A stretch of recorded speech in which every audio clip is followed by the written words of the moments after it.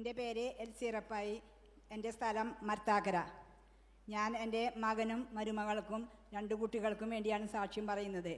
അവർ ലീവിന് ദുബായിൽ നിന്ന് വന്ന് ലീവ് കഴിഞ്ഞ് പോവുകയാണ്. അപ്പോൾ ടിക്കറ്റ് എടുത്തിട്ടുണ്ടായിരുന്നില്ല. 9-ാം തീയതിക്ക് അവർ ടിക്കറ്റ് എടുത്തു. ഫെബ്രുവരി 9-ാം തീയതിക്ക്. ടിക്കറ്റ് എടുക്കുന്നത് വ്യാഴാഴ്ചയാണ്. അപ്പോൾ അവൻ പറഞ്ഞു, നെക്സ്റ്റ് സൺഡേ എനിക്ക് ടിക്കറ്റ് വേണം എന്ന് പറഞ്ഞു.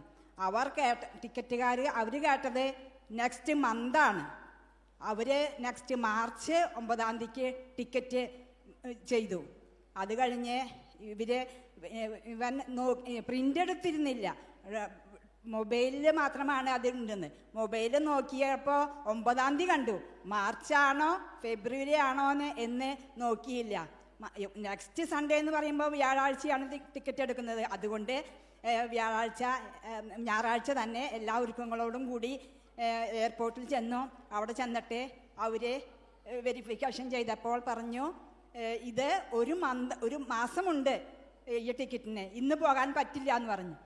അപ്പോൾ ആ വിവരം വീട്ടിലേക്ക് അറിയിച്ചപ്പോൾ ഞാൻ പറഞ്ഞു, ഇന്ന് തന്നെ പോകണം, ഇന്ന് തന്നെ ഈ മക്കൾ പോയാൽ ഞാൻ ജെറുസലത്ത് അടുത്ത വെള്ളിയാഴ്ച തന്നെ ജെറുസലത്ത് വന്ന് സാക്ഷ്യം പറഞ്ഞോളാം എന്ന് പറഞ്ഞിരുന്നു.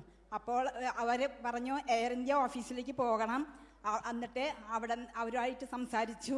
അങ്ങനെ 1 മണിക്കൂറിനുള്ളിൽ വിവരം കിട്ടി, നിങ്ങൾക്ക് ഇന്ന് രാത്രി 2:30-ക്ക് ഫ്ലൈറ്റ് ഉണ്ട്, അതിൽ പോകാം എന്ന് പറഞ്ഞു. അപ്പോൾ ആ വിവരം ഞങ്ങളെ അറിയിച്ചപ്പോൾ ഞാൻ ദൈവത്തിന് നന്ദി പറഞ്ഞു. യേശുവേ നന്ദി. കരങ്ങളടിച്ച് നമുക്ക് ഈശോയ്ക്ക് നന്ദി പറയാം. നമുക്ക് വലിയൊരു പ്രതിസന്ധി, ജീവിതത്തിൽ വന്നൊരു പ്രതിസന്ധി, ഒരു ചെറിയൊരു നോട്ടക്കുറവ് കൊണ്ട് വന്നൊരു പ്രതിസന്ധി. എന്നാലും ഈശോയിൽ ശക്തമായിട്ട് ആശ്രയിച്ചു, പ്രാർത്ഥിച്ചു. അതിൻ്റെ ഫലമായിട്ട് ആ മേഖലയിൽ തടസ്സങ്ങളൊക്കെ മാറിക്കിട്ടി. കരങ്ങൾ ഉയർത്തിയടിച്ച് നമുക്ക് ഈശോയ്ക്ക് നന്ദി പറയാം.